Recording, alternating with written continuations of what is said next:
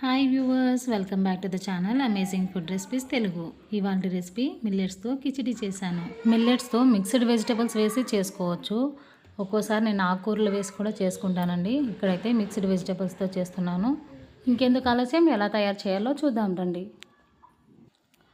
ముందుగా ఒక pressure cooker తీసుకొని నేనైతే ఈ చిన్న కప్లో ఒక హాఫ్ కప్ మిల్లెట్స్ తీసుకున్నాను. ముందుగా ఒక 10 మినిట్స్ ముందు నానబెట్టుకున్నానండి. వాష్ చేసుకొని ఒకేసారిగా నానబెట్టుకోండి. తర్వాత మీ దగ్గర ఉన్న వెజిటేబుల్స్ అన్నీ వేసుకోండి. నా దగ్గర అయితే ప్రస్తుతానికి ఉన్నవి వేసుకుంటున్నాను. ఇందులో పొటాటో, బీన్స్, బఠానీలు, ఇలా మన దగ్గర ఏ వెజిటేబుల్స్ ఉంటే అవి వేసుకోవచ్చు. ప్రస్తుతానికైతే నేను ముందు రోజు నైట్ నానబెట్టుకున్న పెసలు, హాఫ్ రాడిష్,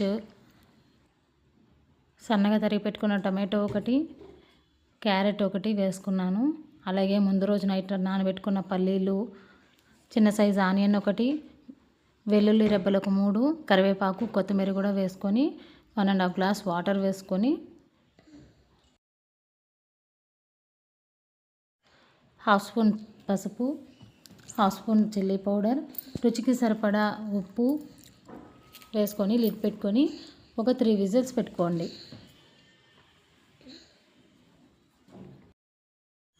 3 విజిల్స్ అయ్యాక స్టవ్ ఆఫ్ చేసుకొని ప్రెషర్ అంతా పోయాక లిడ్ ఓపెన్ చేసుకోండి. చూస్తున్నారు కదా, ఈ కన్సిస్టెన్సీ వస్తే సరిపోతుందండి. ఇప్పుడు పోపు పెట్టుకుందాం.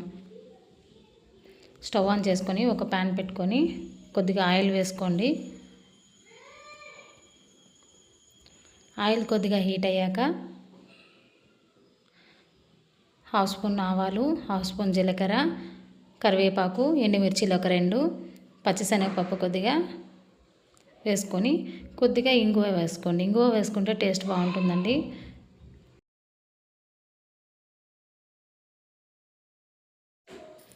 ఇలా ఫ్రై అయ్యాక ఉడికించి పెట్టుకున్న మిల్లెట్స్లోకి పోపుని వేసి బాగా మిక్స్ చేసుకోవాలి. అంతేనండి, మిల్లెట్స్ కిచిడి రెడీ అయిపోయింది.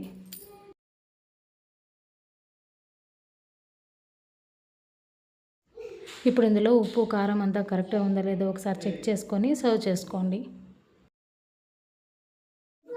అంతేనండి, ఎంతో tasty and healthy millets recipe ready అయిపోయింది. వెయిట్ లాస్ అవ్వాలనుకుంటున్న వాళ్ళు ఈ రెసిపీని ఒకసారి ట్రై చేసి చూడండి. ఎంతో టేస్టీగా ఉంటుందండి. ఇంకెందుకు ఆలస్యం, మీరు ఒకసారి ట్రై చేసి చూడండి. ఈ రెసిపీ కానీ మీకు నచ్చినట్లయితే please like and subscribe my channel. ఇలాంటి మరిన్ని రెసిపీస్ కోసం పక్కనే ఉన్న బెల్ ఐకాన్ని క్లిక్ చేయండి. Thank you.